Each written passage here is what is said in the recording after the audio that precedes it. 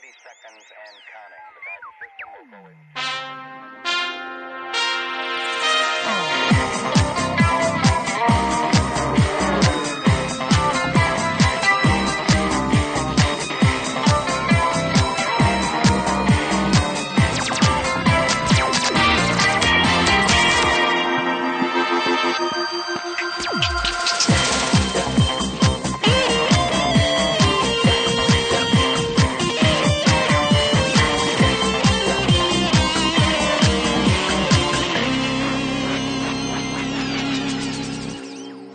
Hi friends, thanks for taking time out of your busy day to study with Studio Classroom Worldwide. My name is Steve.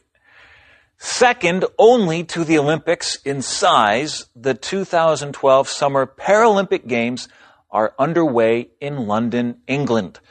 In celebration of the event, we devoted the first day of our lesson to the history of the Games.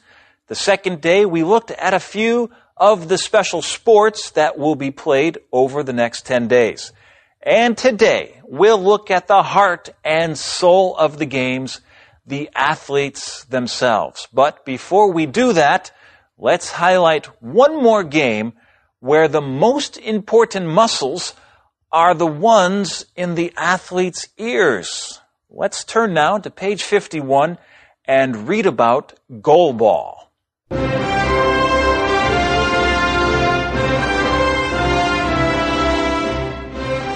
The Summer Paralympics 2012.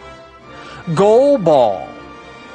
Crowds watch this sport in complete silence as players try to roll a ball into the opposing team's goal. The players all have impaired vision, so they play by listening for bells that are inside the ball. All players are required to wear eye shades so that those with some vision don't have an advantage. The athletes. 147 different countries send representatives to the Paralympics. These athletes have a variety of disabilities, which they were born with or acquired through sickness or injury.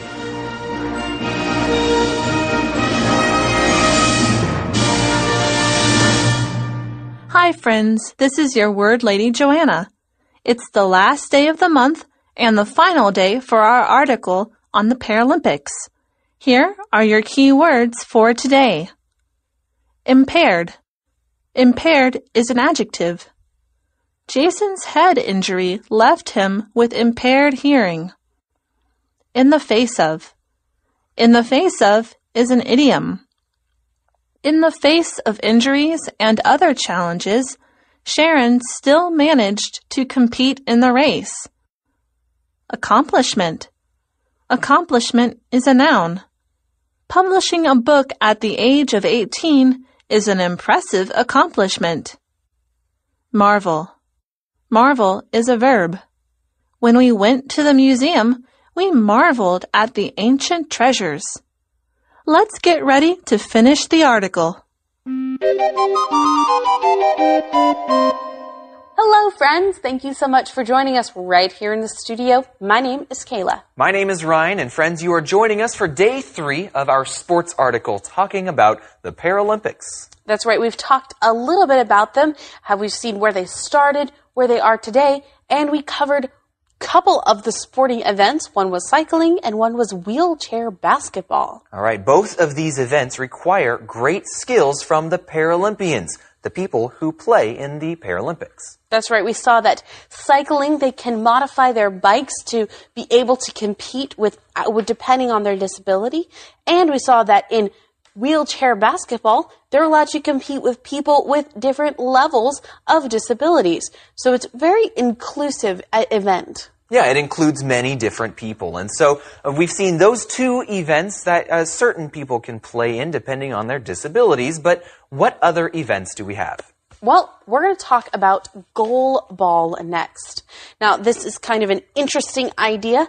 we're going to talk about it and try to describe it for you.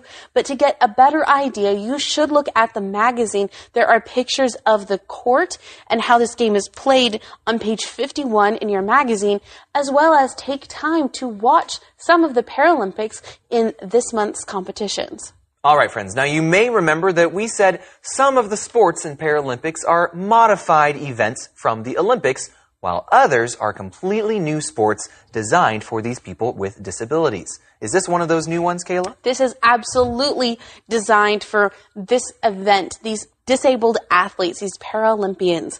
Now, the crowd has to play a very important part in this sport because they have to watch it in complete silence. That's right. The players who are playing this try to roll a ball into the opposing team's goal. That's right. Now, the reason the crowd has to be completely silent, meaning they're not allowed to make noise, is the players all have impaired vision.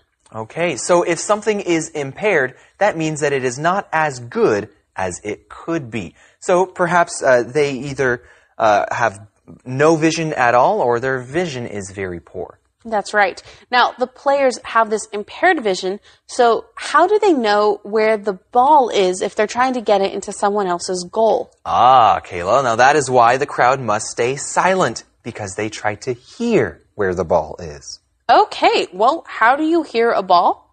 They play by listening for bells that are inside the ball. Okay, so the little bells are put inside the ball, and those make a very loud, high-pitched noise as the ball moves. And so they try and listen for that noise as it rolls across the ground. Now, friends, we said that they are visually impaired. We did not say that they are all blind. Now, visually impaired, as Ryan said, means they might have a little bit of vision, but not full vision. Now, if you think about it, if you can see a ball rolling, that means you would have an advantage over someone who can't. So there's a special piece of equipment that they're all required to have. That's right. They're all required to wear eye shades so that those with some vision don't have an advantage. Now, friends, eye shades are similar to sunglasses. They look like sunglasses, but they don't let you see through. They're completely black and don't let light through. That's right. So none of them can see. That way there's not an advantage for someone. And an advantage means that it's easier for them, or there's something that makes it so they have a better chance of winning. That's right. Now, we've learned a lot about the different sports that are played in the Paralympics, but what about the Paralympians themselves, the athletes? Well, I think about these athletes to begin with. You think of them using different kinds of bicycles and playing basketball in wheelchairs and having such incredible listening that they can hear a ball to play a sport. That means these athletes are incredible people. It does require a lot of skill, and many people, they see the Olympics, they see the people running and swimming and doing everything that requires so much strength, and they might not consider the Paralympics to have that same level of athleticism or skill, but they definitely have a lot of skill. That's right. Now, the athletes, let's talk about them. There are 147 different countries that send representatives to the Paralympics.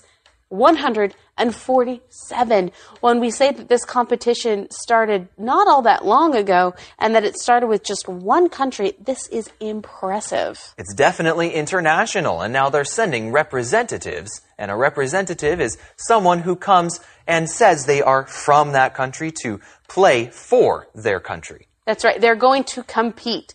Now, these athletes have a variety of disabilities, which they were born with or acquired through sickness or injury. We know that the Mandeville Games that these started with were through injury, but we've branched out beyond that. Now, anyone with a disability can compete. And it can be a variety of disabilities, which we know means that they can all be different. And so they've either acquired these disabilities and gotten them, or had them through an injury, or were born with them. That's right. They can acquire it. That means they have it. It has happened to them because they were sick or because they were injured. But you could also have been born with it. Maybe you were born with visually impaired, and you compete with someone who went blind when they were older. All right, friends, these are amazing people, and we're going to learn a lot more about them after we visit the chat room.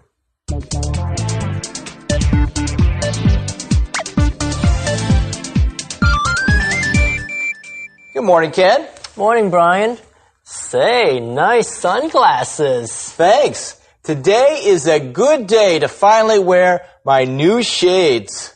Your new shades? You mean your new eye shades? Oh, no, Ken. An eye shade is a device that you place over your eyes to block out unwanted light so you can fall asleep faster. Oh, you mean the kind that flight attendants hand out during long flights? Yes. Shades, on the other hand, is slang for a pair of sunglasses. Man, the sun is so bright out there today, you gotta wear shades. I see. Well, it's a good thing I brought my shades then. So shades are named after the shade, right? Well, the shade you're talking about, like the shade under a big tree, is an area that's protected from the sun. Shades get their meaning from the type of shade, which is something that protects a person from direct sunlight. You know, that reminds me of a lampshade, the cover that we place over the light bulb to protect us from its bright light. Good example, Ken. And you might remember that some of the windows in my apartment have shades on them. Wow, I didn't realize there were so many things called shades. Well, I'll be sure to put my shades on when I go outside today. Right. Don't put on an eye shade or you won't be able to see anything. That wouldn't be good. Thanks for the tip. 一起来看 shade 这个字 ，shade 可以指阴影。阴凉的地方，像树荫 ，He is resting in the shade。他在树荫下休息。用复数 shades 是太阳眼镜，这是因为在两片深色的镜片下呢，会形成两个 shades 阴影。The sun is so bright out today, you should wear shades。今天太阳很大，你应该戴墨镜。要注意，太阳眼镜是 shades， 不是 eye shades。eye shade 变成了眼罩。今天这一课介绍 goal ball。这项运动，在 goal ball 所有的球员呢都必须要戴上 eye shade 眼罩，这是为了避免一些视力比较好的人得到优势。好，我们下次图书馆见。